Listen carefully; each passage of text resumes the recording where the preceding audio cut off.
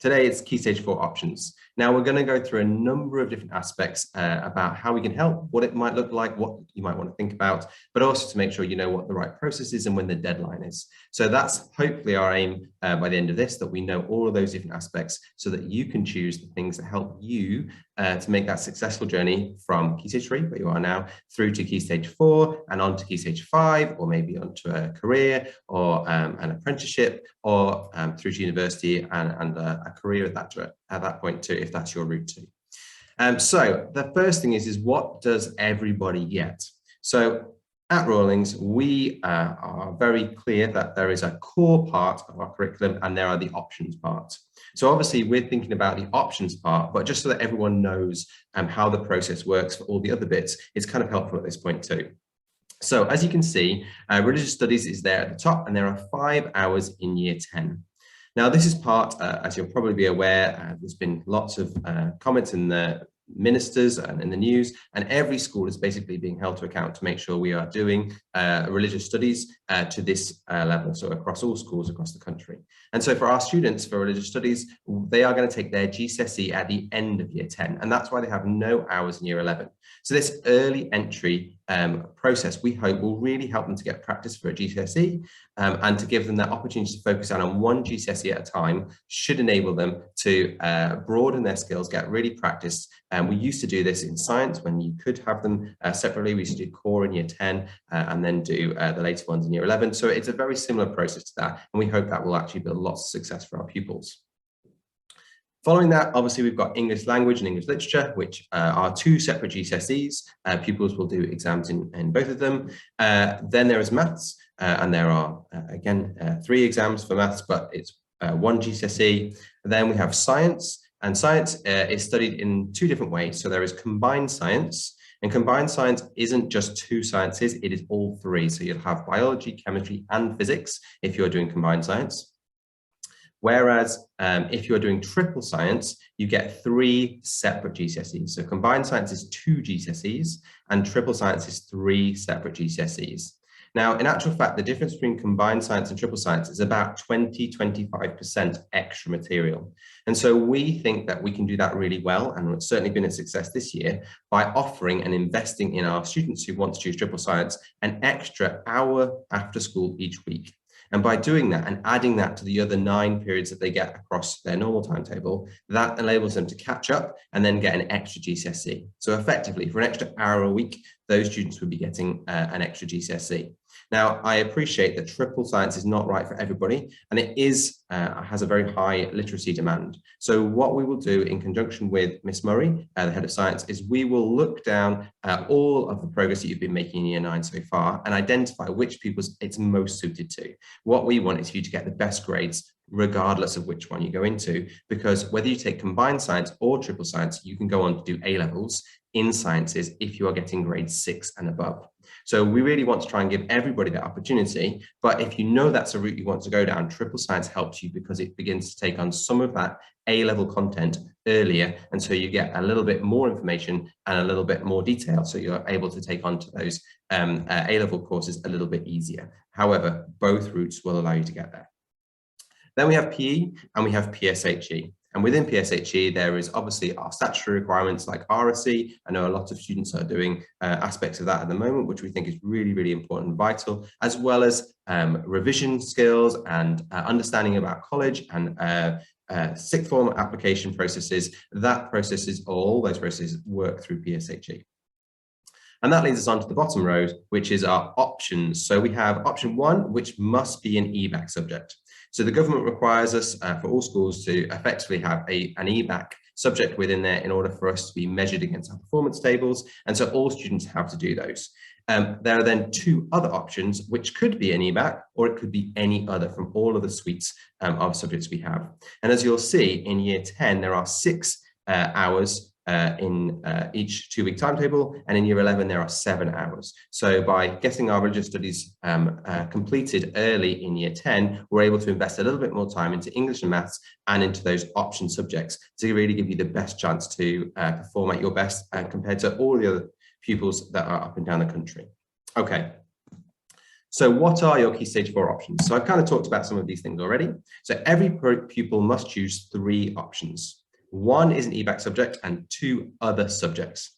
These can be either EBAC or open, as I said.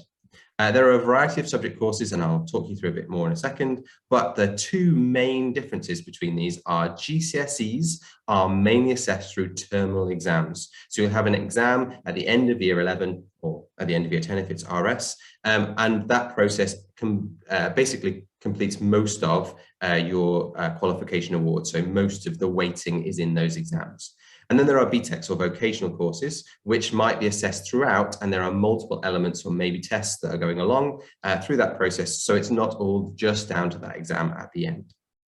Okay, so effectively, there are a number of different things that we need to consider when we're thinking about our options. And one of those is languages. And language is considered an EBAC subject. So the government's ambition is that 75% of all year 10 pupils in state-funded mainstream schools should be starting to study EBAC GCSE by 2022. And that means you guys taking your exams in 2024. They want that to rise up to 90% by 2025. So they've got some really ambitious and aspirational targets. At Rawlings, we feel the current priorities are to continue the post-pandemic recovery and pupil choice. And there are many reasons why you might choose languages at this point, because it could be a really great choice for you. So there is effectively the basics. At least 75% of the grammar and vocabulary for GCSE is already covered at Key Stage 3, so you know lots of it already. We've been covering the GCSE topics since year 7, so the GCSE course is a continuation of what you've already been learning. In no particular order, there are obviously lots of reasons why we study a language, but languages support your learning in other subjects because of your understanding of grammatical structures. That's clearly important for things like English, history, and geography, where there's a lot of writing involved. Using a language at work could raise your salary from between 8 to 20%, research reveals, and businesses are looking for people who understand other cultures. And in fact, more and more with our global outlook, global Britain, there are lots and lots more opportunities coming across the world. I appreciate the pandemic has potentially reduced the amount of travel we've been doing, but certainly the interactivity that we now have, just the fact we can do this online right now, means that you can interact with people from all over the world at many different times, and therefore being able to speak a language that enables you to communicate with them is obviously going to help too. So learning a second language offers proven benefits for intelligence, it improves your memory, concentration, and lowers the risk of dementia. Languages mean business. Being able to speak to people in a language will make you stand out. Learning languages really improves your ability to think on your feet and problem solve, which supports math, science, and computing. I can attest to that. And learning languages really improves your communication skills because you need to use both your listening and your speaking skills as part of those exams. So there is a listening exam where you are sat in a room and they play the tape or the CD as it is now for you to listen to, and there are speaking skills where you're assessed and you verbally prepare, or you prepare and then you verbally present that process too. So it really does build a whole load of communication skills. Language qualifications are well regarded by colleges, universities, and business, and English is not enough. Not everyone speaks or wants to speak English, although I appreciate that a lot of us who speak English, certainly from my time traveling around Europe and the world as an athlete, I know that a lot of people end up speaking English because they have learned a second language. However, over 78% of the world does not speak or understand English. So we clearly are opening up many doors and avenues for us if we do learn to speak another language. Okay, so how do you decide on your subjects? We've talked about languages, and clearly there's an advantage to choosing those if that's what's right for you. But there are some key things that might be helpful in directing you in the direction you want to go. So we have our virtual course guides, and I'll show you where you can find these on our website at the end. And you may be interested in taking computer science, for example, or any of the other subjects that are in the handbook, or effectively on those virtual course guides. There's one for every subject. You'll obviously have been to Parents Evening, and there is the progress report for Year 9, which will be coming out. If it's not done by tomorrow, it will be at the first couple of days back after half term. And you can obviously speak to your form tutors, your subject teachers. You could email the subject leader if you haven't had a chance to speak to them before, the SENCO if that's appropriate for you and your child, or of course myself, as I said at the beginning. So we did show this when you were selecting your Key Stage 3 options, but just to remind you of the different aspects. So there are effectively the core subjects here, and they make up effectively these 4 main pillars. And then there are the EBAC subjects. So science is considered an EBAC subject. So if you are doing combined science, these are your 2 effectively grades for EBAC, and then there is an options subject. So this is where you must choose either computer science, geography, history, or a language. You could choose either French or Spanish. You can choose both if you really want to do both languages. That is absolutely fine, but you must choose one from this column. Now you can then choose any other 2. Now that could be another EBAC, or it could be any one of the other suites that we have, or any of the suite of qualifications we have.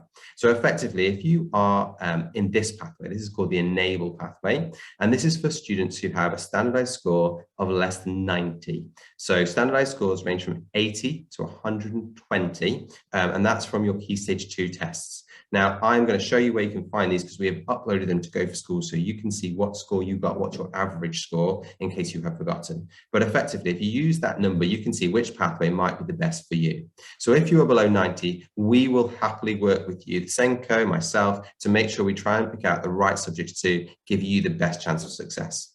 If you are on this enhanced course, that's 90 to 100, then there's about 15% of the year group who are on that. Then obviously, there are lots of options for you, and we must choose one EBAC and any other subject.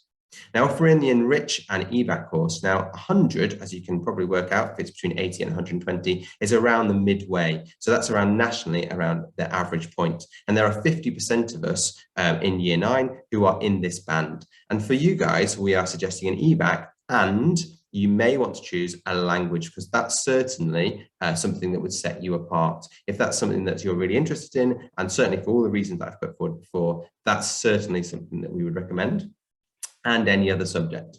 You may also be one of the people invited to study separate science with that period 6. So if that's the case, then obviously you'd have an extra GCSE, which is what this band here is supposed to show. And equally, there is the EBAC route, those who are above 110. Now, 110 was considered by the government as those people who are higher prior attaining at primary school. And so those group, we are really recommending that EBAC route based on the government's recommendation that the EBAC route provides the greatest range of flexible opportunities in the future. And that's why they are really encouraging people and are ambitious about getting that many students to follow the EBAC route.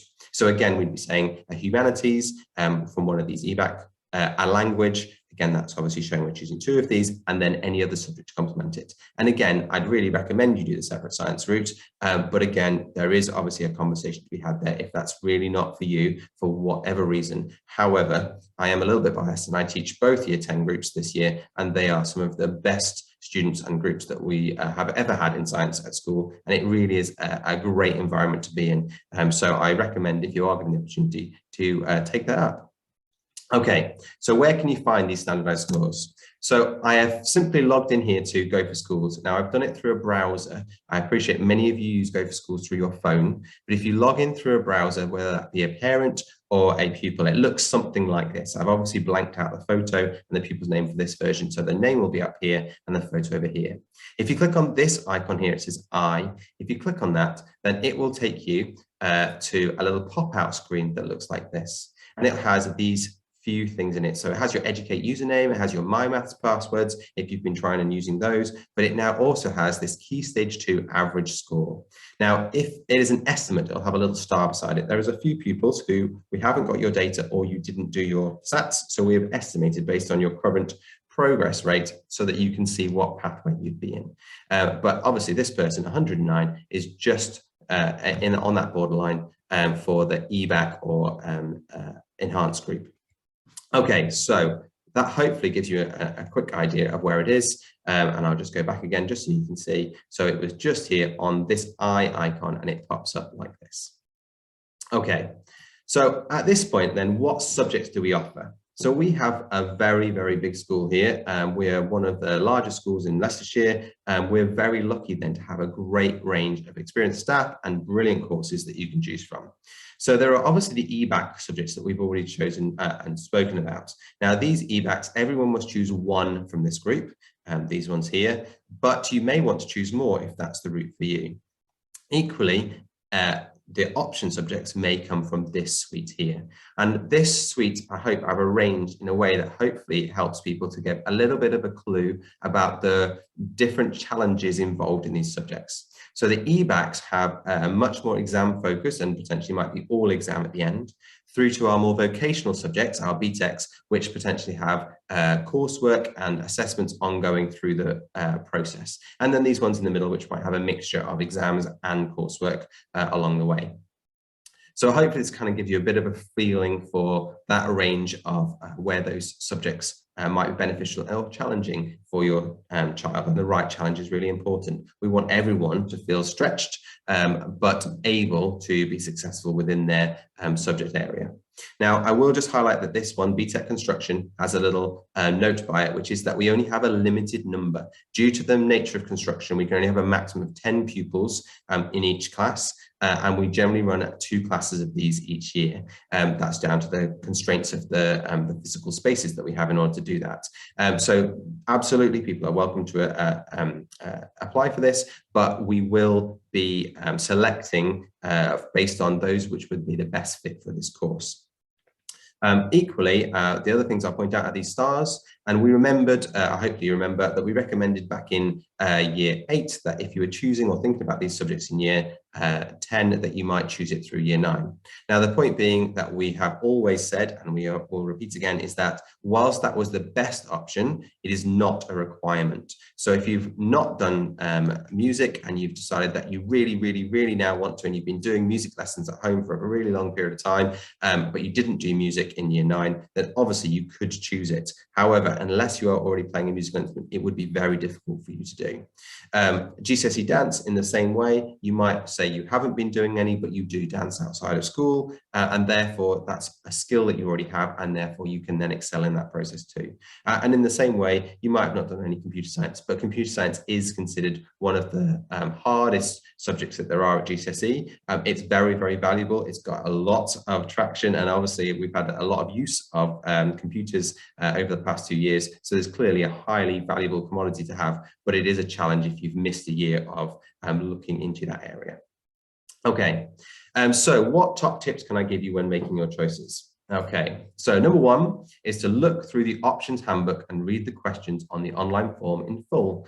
Hopefully the questions are there to help you fill out the right bits, and I tried to narrow down the options so that you can't choose wrongly, but it's making sure that you know which bits are right and you've had a look at all of the options. Don't just go on the one that I looked at first. That's never a good way to choose your options.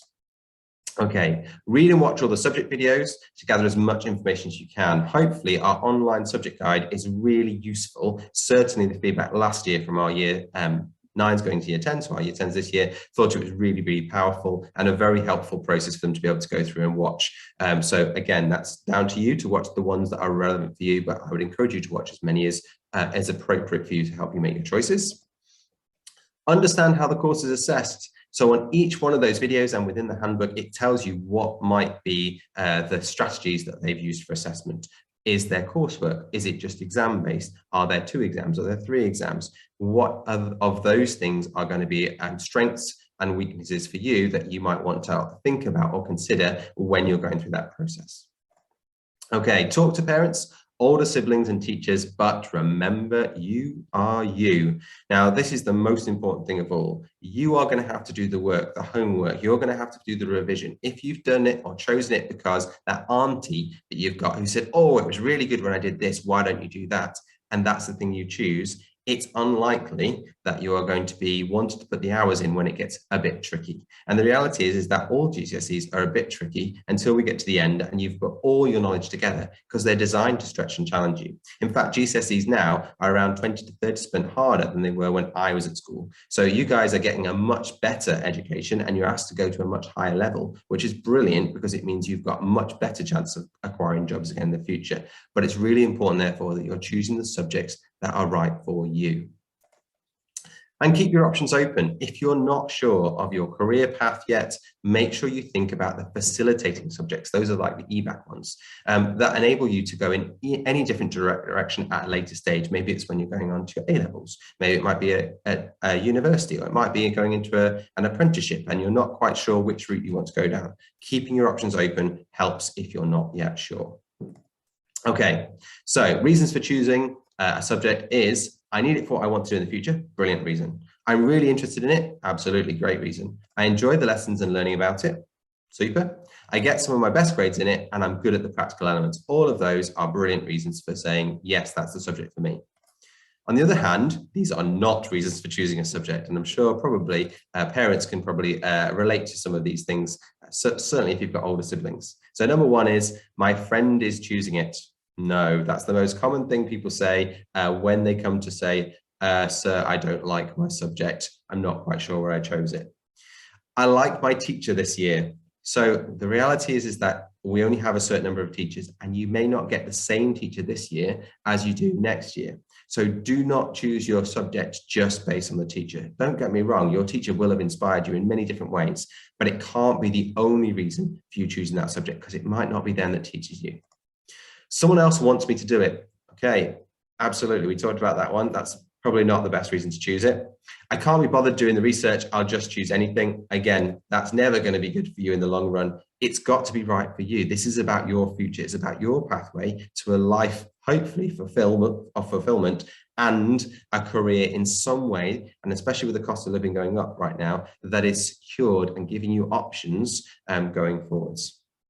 And last but not least, although we all do want to do these things, it's not the best reason. So I want to please my mum and dad. Clearly you do. But because if you're choosing it because they did that subject, that won't be the right reason for you. It absolutely could be the best subject for you, but it might not be. So don't just choose it because they thought it was a good idea. Okay, so where will I find my options form?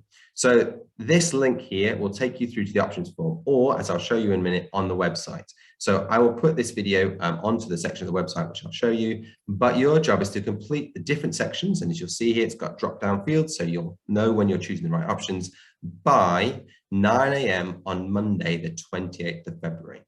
So that means you've got the whole of a half term, you've got the whole of the week after, and it should be in by that Monday. So I hope that gives you a lot of time over half term to watch the videos, to have that conversation, to see the handbook, and to think about what you want to do, and then come back with those questions in that first week to your teachers, to your subject leaders, to me, and say, I'm thinking of this. I think this is the right answer for me. Or actually, maybe you just know it straight away and you're already there. In fact, I did have one student and their parent who emailed me to say, I've already filled in the form. I found it on the website and I've already filled it in because I know so much what I want to do. So if that is you and you're absolutely dead certain, there's no reason you can't fill it in today.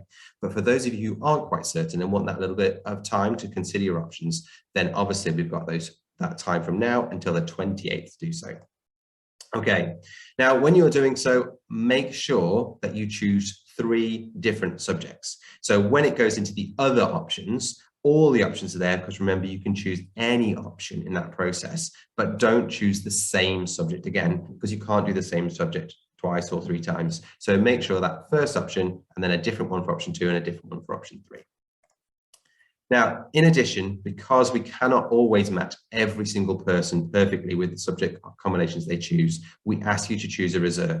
Now, to start, I think hopefully most of you got what you wanted for Key Stage 3, but we get at GCSE around a 96% matchup between what people ask for and their reserve. So effectively, we are aiming to try and do that or better, but it doesn't always work perfectly because we can't do it for every single person, depending on the random combinations you might choose. So we ask you to choose a reserve just to make sure that if that does happen and that is you, we can come back to you and say, yes, your reserve would work and this is what it would look like. But we will contact you in the interim if that's the case.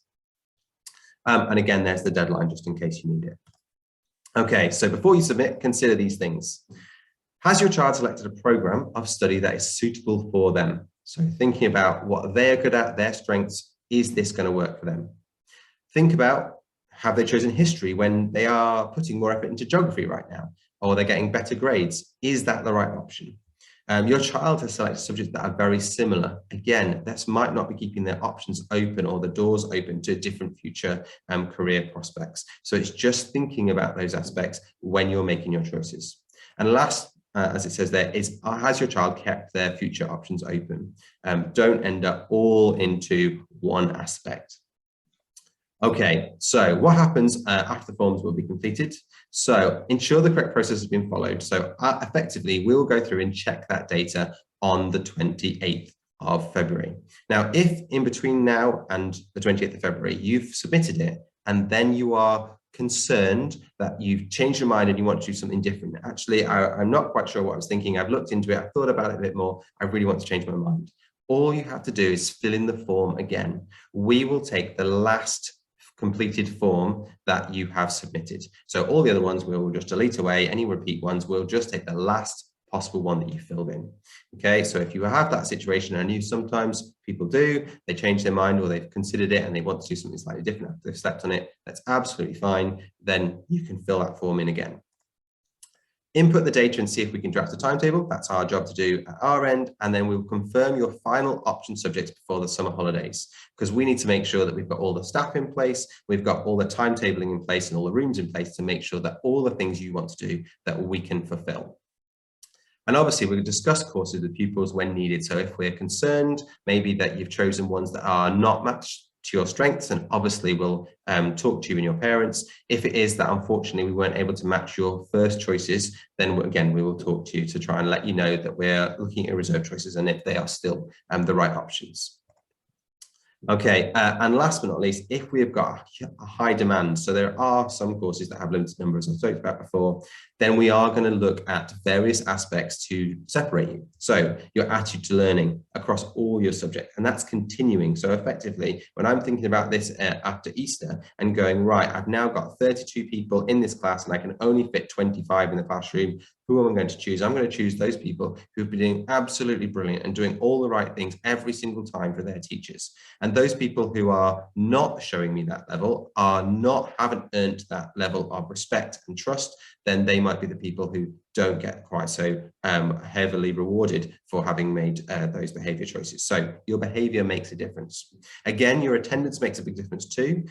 Just a 5% change in your attendance can have as much as 1 grade impact overall. That's 1 grade in every subject. So being in school makes a massive difference. And I was thinking about this the other day on the way home. If you imagine a football team might do a brilliant job and score 3 goals and won 3-0. And you say, brilliant, that player has done a brilliant job and they've won 3-0 today. And they've done a great job. Well, in their test, they missed no penalties.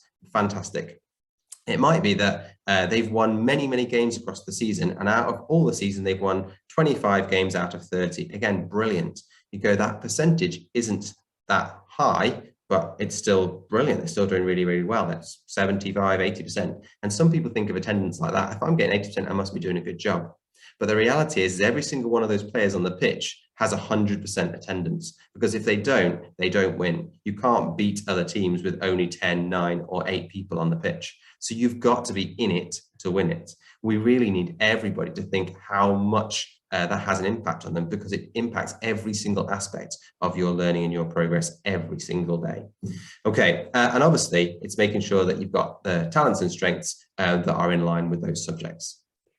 Okay, so this is my email address, or the email address to use. And I will show you how to access the right part of the website in a second, but I'm just going to leave that on there for a minute or so, just so that you can see that website and write it down, or that email address, sorry, and write it down. Now, if you are emailing us to ask questions, can I please ask that you use the subject line for attention of, and then the staff or subject name, so maybe it's me, Mr. Basie, Key Stage 4 Options, and your child's name is in the email. And that will mean that it'll get forwarded to me, because all of the inquiries inbox goes through the admin team, and it'll get forwarded to me, or the right subject number, name, and we'll also know your child's name to know how to ring you or to talk to you. So just putting those basic things in makes a big difference to us in terms of providing that support back. Okay, so I know I've been talking for a little while, so I'm going to show you very quickly where on the website you need to go to, and then I'm going to try and answer some of your questions. Right, let's see if this works. Okay, can we all see that now? Yeah, that's great. Yes, Okay, we can great. see that. Fab, thank you. Okay, so hopefully, as you can see, this is our Rawlings landing page, and here it says pupils and Key Stage 4 options. So if you click on that link, so Key Stage 4 options, it brings you to here, which is the Key Stage 4 options page. And just down here is the link to the form. And if you keep going down, as I said before, this is the section where there'll be a link to this presentation. And down here is the handbook, and the next page to the videos. So you can see the core subject videos, and again to the next page, the options videos. So hopefully that process is nice and easy, but we're just going to here on the Rawlings website, Key Stage 4 options. Okay, thank you very much, Ms. Collins, for pointing that out. Any other questions?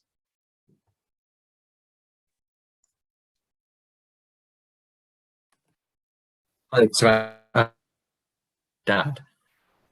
Just a quick question on the PE. You had it set as a core item, but then as an option as well. Yes. So there is something called core PE, which effectively is what all students do all the way through. And then there's GCSE PE. So within GCSE PE, there's obviously the aspects that might be theory-based. There are aspects which might be sport performance-based, and you'll get a GCSE in that. Whereas in core PE, it's about that offering every child that ability to take part in activity every single week. And that's part of that process. Okay, perfect. Thank you. That's okay. Any other questions? Please could I ask a question about the GCSE RE? Yes, certainly. Here's one. When the GCSE was originally proposed, it was going to be a half GCSE. Can you confirm that it's going to be a full GCSE? And Yes. will it have access to the higher and the lower paper? Okay, so the answer to that is I don't know if it's tiered. I will go away and look into the fact whether it is or it isn't. I know Miss Derbyshire is our RE expert, so I don't, as I understand it, I don't think it is tiered. I think it's just one tier of paper, so effectively all grades from 1 to 9.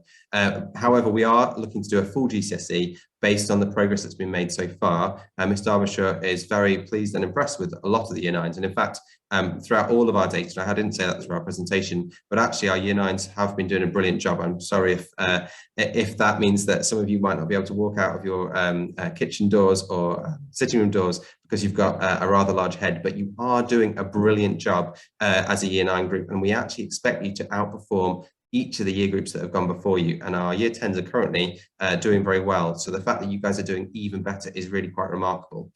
So I appreciate that information might have changed from a half GCSE short course to a full one, but that's down to the progress that has been made by those students so far. Thank you. That's okay. Any other questions?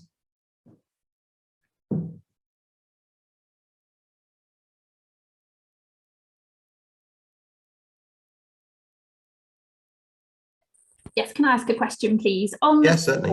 On the form, do we put in our email address or the child's Rawlings email address?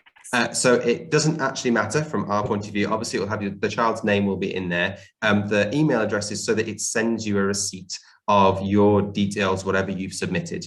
So as long as your child can access that email, then that's perfectly fine. But if not, and you want to put in your own email, then that's fine too. It's just so it can send you a receipt so you know that it's been submitted and you know exactly what you chose. Lovely, thanks very much. That's okay. Any other questions?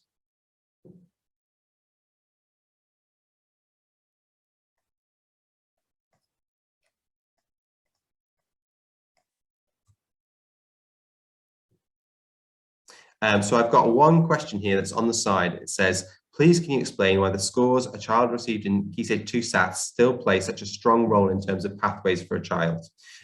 Surely there are more accurate or more current assessments for them to use. So absolutely there are, and that's where I'd be hopefully suggesting that you've got your reports from Year 9, and you've also got those parents' evening processes that you went through and you attended and got some good feedback from the parents too.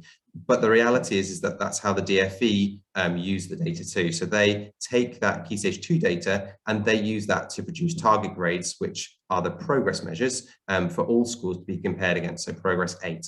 And so effectively we're using that data in exactly the same way because it's a helpful way to make sure that actually it's a comparable set of data that is consistent for everybody and still provides that guidance to hopefully the appropriate level of qualifications that are best for students. Now, that being said, it does not mean that someone, because they were at whatever school they were at, it will be foolproof. There are many different reasons why students get different grades at Key Stage 2. It might be they were ill on that day. It might be that they'd missed a lot of schooling. It might be that they were EAL and they started primary halfway through, and that actually they were learning another language in order to take those tests, and they've then made significant progress since that point too. So there are many different reasons as to why those things may not still be current. However, in the general scheme of things, they are a good measure that the DfE deem as being a good measure for guiding that process, and they are not a hard and fast requirement. They are a guide, hopefully, for you as parents and pupils to make sure that you can understand what might be a good starting point based on where you are compared to the national average. Being in, for example, in that group from 80 to 90, it's understanding that that is a group that those students might need some more support, and it wouldn't be such a good idea to put them into some really exam heavy subjects, because those students might really struggle with that, and we don't want pupils to be put off. We want everyone to succeed. Equally, if you are in the group from 110 to 120, we wouldn't want you to aim for subjects which might end up not stretching you as much as possible with those exam-based grades, but ultimately it will come down to each individual's choice, and obviously we will hopefully be able to guide you in that process along with parents too. I've got a couple more questions that have come in. Let me see if I can answer them. Subjects like health and social care, are they all done at Rawlings, or is they outsourced to Loughborough College? So no, at GCSE, all of our subjects are in-house, and in fact, at A-level, we still have all of our subjects in-house, but for those students who might be more appropriate at level 3, so at the sixth form level, going to Loughborough College, then obviously we will do lots of support with those students to go in that direction if that's what they wanted to do. But no, absolutely, all subjects are taught at GCSE level or at Key Stage 4 level in Rawlings by Rawlings staff. And is there a maximum number of GCSEs that should be taken? So there is a minimum number of GCSEs that should be taken, and effectively it's called Progress 8, because it's the comparison of 8 subjects, and that's why that process has been put together. And anyone who's got older siblings might know that actually they had an extra GCSE choice within that mix, but actually that would just be adding extra GCSEs, which actually spreads those students a bit thin, and actually that doesn't necessarily result in them getting the greatest outcomes. So actually that's where the government have said Progress 8 is that measure for all schools to be looking for, and for pupils to be compared against, because that is a good range of subjects that are broad and balanced and keeps their options open. So it's a great question. So how is GCSE Spanish assessed? So GCSE Spanish is assessed with exams, both in written exams and in speaking and listening. And I think there are actually 4 different parts that's broken into. There is the speaking aspect, which is an exam in itself, or a controlled assessment in itself. There is a listening exam, which again is done in a controlled environment, in an exam room style, and everyone listens to that language element at the same time. And then there is a written aspect, which has I think 2 different aspects within that one paper. And last but not least, it says, it would be nice if we could have some feedback regarding parents' evening, as we're not able to get points for my child. Right, so if you are still in that position, please, absolutely, that's where you should be using that email approach and say, can I get some feedback, and for the attention of whichever teacher that might be, so that they have the opportunity to give that. I'm aware for various reasons that some of you may not have been able to get all of that, and in some cases if that was you, I think we got something like 76% attendance, so a massive number of you did manage to get through to all of those people. But if you are one of those who didn't manage to, then absolutely please do email them with the attention of that teacher so they can give that feedback. But we also will be sharing your progress reports with you as well, which, as I said, will be coming out, if not tomorrow, then in the first couple of days of after half term. So again, some of that data will be there too. And can you take geography and history? Yes, you absolutely could take geography and history if that's what you really want to. It's not commonly done, but there's no reason to say it can't be done unless we have such a huge number that unfortunately we're not able to staff it. However, this year we've had 160 pupils, I think, choose geography. And so the reality is we will do whatever we can to meet the needs of those students, but it is ultimately down to the students to make their choice, and then we'll try and match that as best we can. So will further maths still be offered in year 11? So absolutely, if there's enough students to warrant it, then we normally put on a further maths class again, but that comes down to the maths team and the progress they've been making. As I said already, year 9 are doing a great job, so it is highly likely, but I wouldn't want at this stage to say definitely, because it will ultimately depend on lots of things. And the one thing I have learned through the last 2 years is that life is somewhat unpredictable. I'd hope that we're returning to a slightly more predictable phase, but I wouldn't want to say definitely one way or the other. It's not timetabled, but it has been offered for the last 3 years, as far as I'm aware, consistently. So I expect it to be, and I hope that is reasonable assurances at this stage. Okay, any other questions? As I'm aware, I've had a couple more come in, but other than that, I don't want to keep you longer than you need. Can I ask a question about the religious education? Absolutely, yes, of course. So you're saying that they're taking a GCSE in year 10, but it's down there as an option. So is that relevant to still apply for that as an option, or not to bother? Is that on the form? Yeah.